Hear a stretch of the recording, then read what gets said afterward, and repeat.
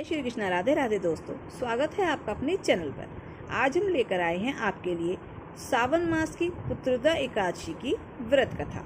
तो प्रेम से बोलो विष्णु भगवान की जय हो। पांचांग के अनुसार श्रावण मास के शुक्ल पक्ष की एकादशी तिथि को पुत्रदा एकादशी का व्रत रखा जाता है। इस साल पुत्रदा एकादशी का व्रत 5 अगस्त 2025 मंगलवार को रखा जाएगा। एकादशी तिथि प्रारंभ होगी 4 अगस्त 2025 सुबह 11:41 से प्रारंभ होगी और एकादशी तिथि समाप्त होगी 5 अगस्त 2025 दोपहर 1:12 पर। तो एकादशी व्रत का पारण शुभ मुहूर्त कब है? तो पारण का समय 6 अगस्त बुधवार सुबह 5:45 से सुबह 8:26 तक है। तो हमें इस बीच अपना व्रत का पारण कर लेना है। अब हम सुनेंगे पुत्रदा एकादशी की व्रत कथा। तो प्रेम से बोलो विष्णु भगवान की जय हो। युधिष्ठिर कहने लगे कि हे मधुसूदन, श्रावण शुक्ला एकादशी का क्या नाम है?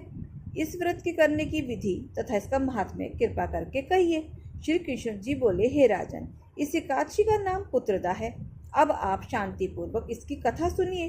द्वापर युग के आरंभ में महिष्मती नाम की एक नगरी थी, जिसमें महिजीत नाम का राजा राज्य करता था। परंतु पुत्रहीन होने के कारण राजा को राज्य सुखदायक नहीं लगता था। जिसके संतान न हो उसके यह लोक और परलोक दोनों ही दुखदायक होते हैं। पुत्र सुख की प्राप्ति के लिए राजा ने अनेक उपाय किए, परंतु राजा को पुत्र की प्राप्ति नहीं हुई। वृद्धावस्था आती हुई देखकर राजा अपनी प्रजा के प्रतिनिधियों को बुलाकर कहने लगा कि हे प्रजाजनों, मैंने इस जन्म में तो कोई पाप नहीं किया है। मेरे खजाने में अन्याय से मार्जन किया हुआ धन भी नहीं है। न मैंने कभी देवताओं तथा ब्राह्मणों का धन छीना, किसी दूसरे की धरोहर भी नहीं ली है। प्रजा को पुत्र के समान पालता रहा। मैं अपराधियों को पुत्र और बांधवों की तरह दंड देता रहा। कभी किसी से घृणा नहीं की, सबको सम्मान माना है। सज्जनों की सदा पूजा करता रहा हूँ। इस प्रकार धर्मयुक्त राज्य करते हुए भी मेरे पुत्र नहीं है, सो मैं अत्यंत दुख से हो रहा हूँ। इसका क्या कारण है? राजा महिजीत की इस बात को विचारने के लिए मंत्रीगण तथा प्रजा के प्रतिनिधि वन को गए और बड़े बड़े ऋषि और मुनियों के दर्शन करते हुए राजा के हित की उत्तम कामना की पूर्ति के लिए किसी श्रेष्ठ तपस्वी मुनि को देखते फिरते रहे। एक आश्रम में उन्होंने एक अत्यंत वयोवृद्ध धर्म के ज्ञाता बड़े तपस्वी परमात्मा, मन में लगाए हुए निराहार जितेंद्रिय जीवात्मा, जित क्रोध सनातन धर्म के गूढ़ तत्वों को जानने वाले समस्त शास्त्रों के ज्ञाता महात्मा लोमश मुनि को देखा, जिनका कल्प के व्यतीत होने पर एक रोम गिरता था। सबने जाकर ऋषि को प्रणाम किया और उनके सामने बैठ गए। उन लोगों को देखकर मुनि ने पूछा कि आप लोग किस कारण आए हैं? निसंदेह मैं आप लोगों का हित करूंगा। मेरा जन्म केवल दूसरों के उपकार के लिए ही है, अतः संकोच मत करो। लोमश ऋषि के ऐसा वचन सुनकर सब लोग बोले कि हे महर्षि, आप हमारी बात जानने में ब्रह्मा से भी अधिक समर्थ हैं, अतः आप हमारे संदेह को दूर कीजिए। महिष्मतीपुरी के धर्मात्मा राजा महिजीत प्रजा का पुत्र के समान पालन करते हैं, फिर भी वह पुत्रहीन होने के कारण अत्यंत दुखी हैं। हम लोग उनकी प्रजा हैं, अतः उनके दुख से हम भी दुखी हैं। आपके दर्शन से हमें पूरा विश्वास है कि हमारा यह संकट अवश्य दूर हो जाएगा, क्योंकि महान पुरुषों के दर्शन मात्र से अनेकों कष्ट दूर हो जाते हैं। अब आप कृपा करके राजा के पुत्र होने का उपाय बतलाएं। यह वार्ता सुनकर ऋषि ने थोड़ी देर तक के लिए अपने नेत्र बंद किए और राजा के प्रथम जन्म की वृतांत जानकर कहने लगे कि ये राजा पूर्व जन्म में एक निर्धन वैश्य था। निर्धन होने के कारण इसने अनेक बुरे कर्म किए।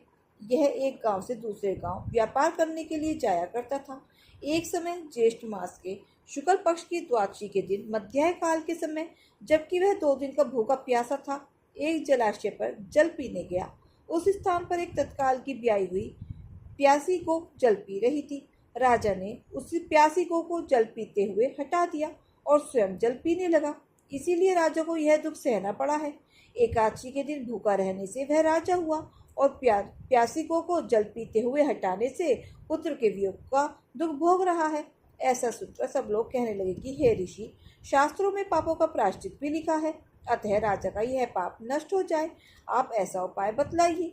लोमश मुनि कहने लगे कि श्रावण शुक्ल पक्ष की एकादशी को, जिसे पुत्रदा एकादशी भी कहते हैं, तुम सब लोग व्रत करो और रात्रि को जागरण भी करो। इससे राजा का यह पूर्व जन्म का पाप अवश्य ही नष्ट हो जाएगा, साथ ही राजा को पुत्र की प्राप्ति होगी। लोमश ऋषि के ऐसे वचन सुनकर मंत्रियों सहित सारी प्रजा नगर को वापस लौट आई, और जब श्रावण शुक्ला एकादशी आई तो लोमश ऋषि की आज्ञा अनुसार राजा सहित सबने पुत्रदा एकादशी का व्रत और जागरण किया। इसके पश्चात द्वादशी के दिन इसके पुण्य का फल राजा को दे दिया। उस पुण्य के प्रभाव से रानी ने गर्भ धारण किया और प्रसव काल समाप्त होने पर उसके एक बड़ा तेजस्वी पुत्र उत्पन्न हुआ। इसीलिए हे राजन, इस श्रावण शुक्ला एकादशी को का नाम पुत्रदा एकादशी पड़ा। अतः संतान के सुख की इच्छा रखने वाले इस व्रत को अवश्य करें। इसके महात्म्य को सुनने से मनुष्य सब पापों से मुक्त हो जाता है और इस लोक में संतान सुख भोगकर परलोक में स्वर्ग को प्राप्त करता है। तो प्रेम से बोलो विष्णु भगवान की जय हो। एक महात्मा श्री कृष्ण की आराधना करते थे। उन्होंने संसार को भूलने की एक युक्ति की। मन को सतत श्री कृष्ण का स्मरण रहे। उसके लिए महात्मा ने प्रभु के साथ ऐसा संबंध जोड़ा कि मैं नंद हूँ, बाल कृष्ण लाल मेरे बालक हैं। वे लाला को लाड़ लड़ाते, यमुना जी स्नान करने जाते तो लाला को साथ लेकर जाते, भोजन करने बैठते तो लाला को साथ लेकर बैठते। ऐसी भावना करते कि कन्हैया मेरी गोद में बैठा है, कन्हैया मेरी दाढ़ी खींच रहा है। श्री कृष्ण को पुत्र मानकर आनंद करते। श्री कृष्ण के ऊपर इनका वात्सल्य भाव था। महात्मा श्री कृष्ण की मानसिक सेवा करते थे। संपूर्ण दिवस मन को श्री कृष्ण लीला में तन्मन्य रखते, जिससे मन में संसार का चिंतन करने का अवसर ही न मिले। निष्क्रिय ब्रह्मा का सतत ध्यान करना कठिन है, परंतु लीला वशिष्ठ ब्रह्मा का सतत ध्यान हो सकता है। महात्मा परमात्मा के साथ पुत्र का संबंध जोड़कर संसार को भूल गए, परमात्मा के साथ तन्मन्य हो गए। श्री कृष्ण को पुत्र मानकर लाड़ लड़ाने लगे। महात्मा ऐसी भावना करते कि कन्हैया मुझसे केला मांग रहा है, बाबा मुझे केला दो, ऐसा कह रहा है। महात्मा मन से ही कन्हैया को केला देते। महात्मा समस्त दिवस लाला की मानसिक सेवा करते और मन से भगवान को सभी वस्तुएं देते। कन्हैया तो बहुत भोले हैं, मन से दो तो भी प्रसन्न हो जाते हैं। महात्मा कभी कभी शिष्यों से कहते कि इस शरीर से गंगा स्नान कभी हुआ नहीं, वह मुझे एक बार करना है। शिष्य कहते कि काशी पधारो। महात्मा काशी जाने की तैयारी करते, परंतु वात्सल्य भाव से मानसिक सेवा में तन्मन्य हुए कि कन्हैया कहते, बाबा मैं तुम्हारा छोटा सा बालक हूँ, मुझे छोड़कर काशी नहीं जाना। इस प्रकार महात्मा सेवा में तन्मन्य होते। उस समय उनको ऐसा आभास होता था कि मेरा लाला जाने की मनाही कर रहा है, मेरा कान्हा अभी बालक है, मैं कन्हैया को छोड़कर यात्रा करने कैसे जाऊं, मुझे लाला को छोड़कर जाना नहीं। महात्मा अति वृद्ध हो गए। महात्मा का शरीर तो वृद्ध हुआ, परंतु उनका कन्हैया तो छोटा ही रहा, वह बड़ा ही नहीं। उनका प्रभु में बाल भाव ही स्थिर रहा और एक दिन लाला का चिंतन करते करते वे मृत्यु को प्राप्त हो गए। शिष्य कीर्तन करते करते महात्मा को शमशान ले गए। अग्नि संस्कार की तैयारी हुई। इतने में ही एक 7 वर्ष का अति सुंदर बालक कंधे पर गंगा जल का घड़ा लेकर वहां आया। उसने शिष्यों से कहा, ये मेरे पिता हैं, मैं इनका मानस पुत्र हूँ। पुत्र के तौर पर अग्नि संस्कार करने का अधिकार मेरा है, मैं इनका अग्नि संस्कार करूंगा। पिता की अंतिम इच्छा पूर्ण करना पुत्र का धर्म है। मेरे पिता की गंगा स्नान करने की इच्छा थी, परंतु मेरे कारण ये गंगा स्नान करने नहीं जा सकते थे, इसीलिए मैं यह गंगा जल यहीं ले आया हूँ। पुत्र जिस प्रकार पिता की सेवा करता है, इस प्रकार बालक ने महात्मा के शव को गंगा स्नान कराया, संत के माथे पर तिलक किया, पुष्प की माला पहनाई और अंतिम वंदन करके अग्नि संस्कार किया। सब देखते ही रह गए। अनेक साधु महात्मा थे, परंतु किसी की बोलने की हिम्मत ही ना हुई। अग्नि संस्कार करके बालक एकदम अंतर्ध्यान हो गया। उसके बाद लोगों को ख्याल आया कि महात्मा के तो पुत्र ही नहीं था, बालकृष्ण ही तो महात्मा के पुत्र रूप में आए थे। महात्मा की भावना थी कि श्री कृष्ण मेरे पुत्र हैं। परमात्मा ने उनकी भावना पूरी की। परमात्मा के साथ जीव जैसा संबंध बांधता है, वैसे ही संबंध से परमात्मा उसको मिलते हैं। गीत गोविंद की महिमा।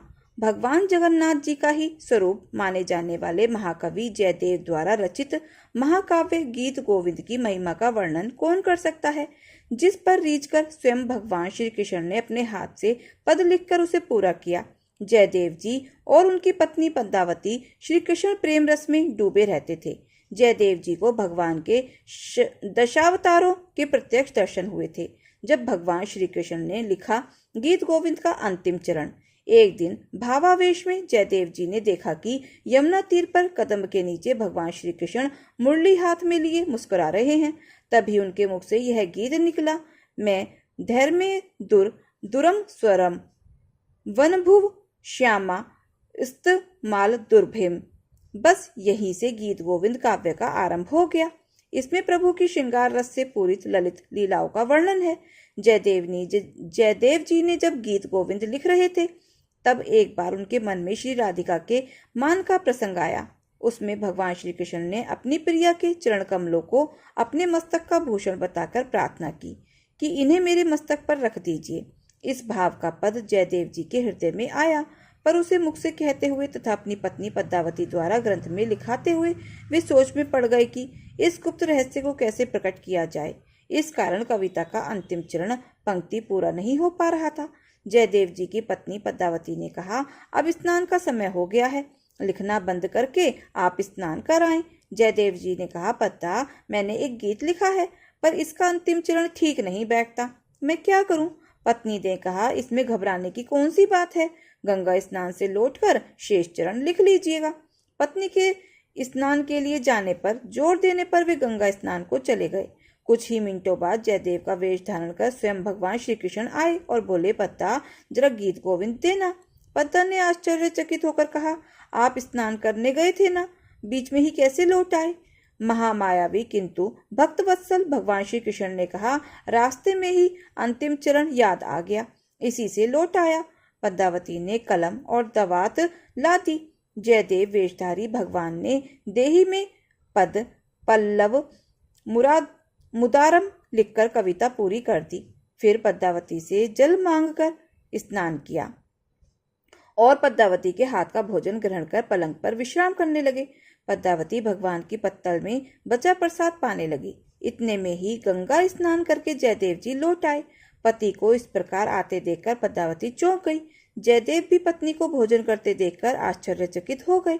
जयदेव जी ने पूछा, पद्मा, आज तुम मुझे भोजन कराए बिना कैसे भोजन कर रही हो? पद्मावती ने कहा, यह आप क्या कह रहे हैं? आप कविता का शेष चरण लिखने के लिए रास्ते से ही लौट आए थे। कविता पूरी करने के बाद अभी तो स्नान पूजा के बाद भोजन करके आप लेटे थे। जयदेव जी ने जाकर देखा, पलंग पर कोई नहीं सो रहा था। वे समझ गए आज अवश्य ही भक्त वत्सल भगवान की कृपा हुई है।